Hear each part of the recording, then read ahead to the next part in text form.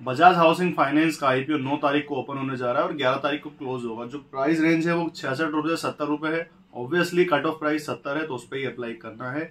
IPO के related बहुत सारे क्वेश्चन है क्योंकि उसके साथ और भी कुछ आईपीओ आ रहे हैं जो सेम डेट में फंस रहे हैं। तो इसकी पूरी जानकारी, फिर उसमें एक शेयर होल्डिंग कोटा है, उससे रिलेटेड पूरी जानकारी अपन इस वीडियो में देने जा रहे हैं। चैनल पे पहली बार आए हो तो सब्सक्राइब कर दो और वीडियो को लाइक जरूर कर देना और वीडियो को पूरा देखना, पूरी कहानी समझ में आ जाएगी। तो देखो 9 तारीख को ये आईपीओ खुलेगा बजाज हाउसिंग फाइनेंस का। इसके अंदर शेयर होल्डिंग कोटा दिया हुआ है, उसको बाद में बात करेंगे। पहले बात कर लेते हैं कि इसमें क्या प्रोबेबिलिटी है। देखो अगर तुम आईपीओ में जाओगे तो तुम एक चीज़ यहाँ देखोगे इसके अंदर कि जो इसका साइज़ है आईपीओ का वो है 6560 करोड़ का। 6560 करोड़ का इसका आईपीओ का साइज़ है। और जो रिटेल पोर्शन दिया हुआ है वो दिया हुआ है 35%। तो 6560 करोड़ का 35% निकालोगे तो 2200-2300 करोड़ रुपये कुछ निकल के आएगा।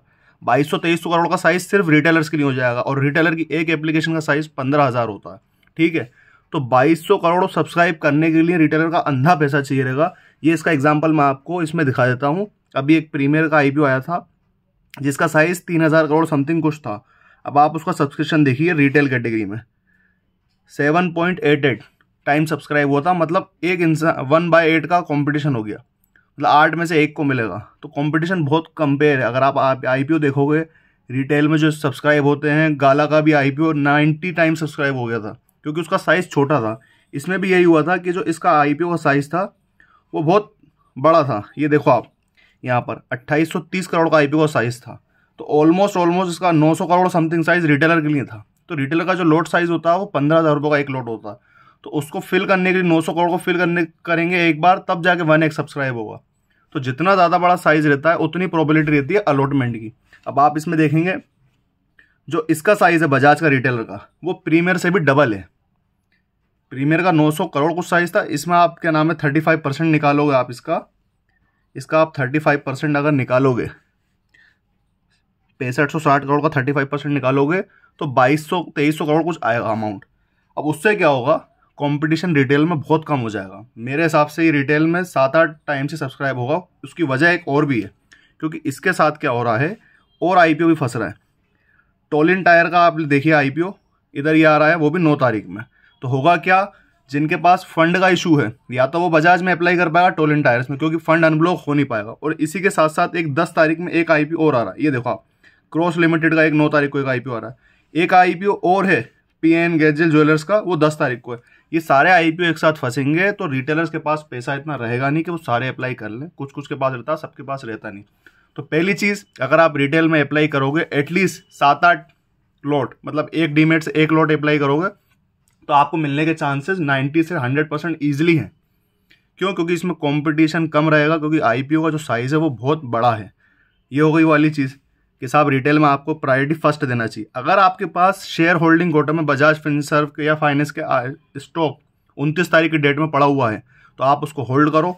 आप उसके अंदर क्या कर सकते हो, शेयर होल्डिंग कोटा में अप्लाई कर सकते हो। अब शेयर होल्डिंग में क्या होता है, लॉटरी सिस्टम से अलॉटमेंट नहीं होती है, प्रोपोर्शनल बेसिस होती है। प्रोपोर्शनल बेसिस का क्या मतलब हो गया कि जितना वो टाइम सब्सक्राइब हुआ है, फॉर एग्जांपल यहाँ पर आप ये एग्जांपल ले लीजिए, जैसे ये प्रीमियर का आईपीओ है, इसका एग्जांपल देता हूँ आपको। ये यहाँ पर रिटेल में सब्सक्राइब हुआ है 7.8 टाइम्स। अगर किसी इंसान ने 8 लॉट शेयर होल्डिंग कोटा में लगाए, फॉर एग्जांपल बजाज वाला आईपीओ 8 टाइम सब्सक्राइब हुआ और किसी ने शेयर होल्डिंग कोटा में 8 टाइम सब्सक्राइब हुआ और किसी ने शेयर होल्डिंग कोटा में 8 लॉट एक ही डीमेट से लगा दिए तो उसको एक लॉट मिलना कन्फर्म है।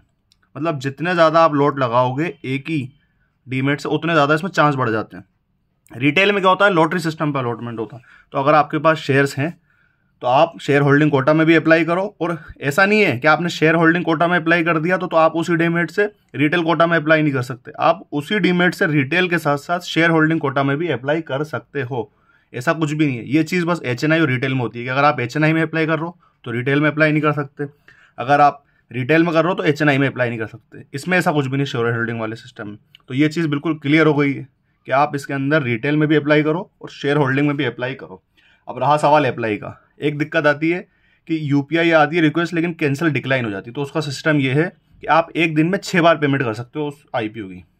आपको अगर और ज़्यादा लोड अप्लाई करना है तो आपको यूपीआई दूसरी डालना पड़ेगी, किसी और की यूपीआई ले लो आप, फादर की, दोस्त की, भाई की, बहन की, वाइफ की, किसी की भी, तो उस तरीके से सॉल्व हो सकता है। तो ओवरऑल ये चीज़ है। इसके रिगार्डिंग आपको कोई और क्वेश्चन पूछना हो तो आप कमेंट में पूछ सकते हो, और वीडियो सही लगी हो तो आप सब्सक्राइब कर सकते हो और लाइक भी कर सकते हो। धन्यवाद।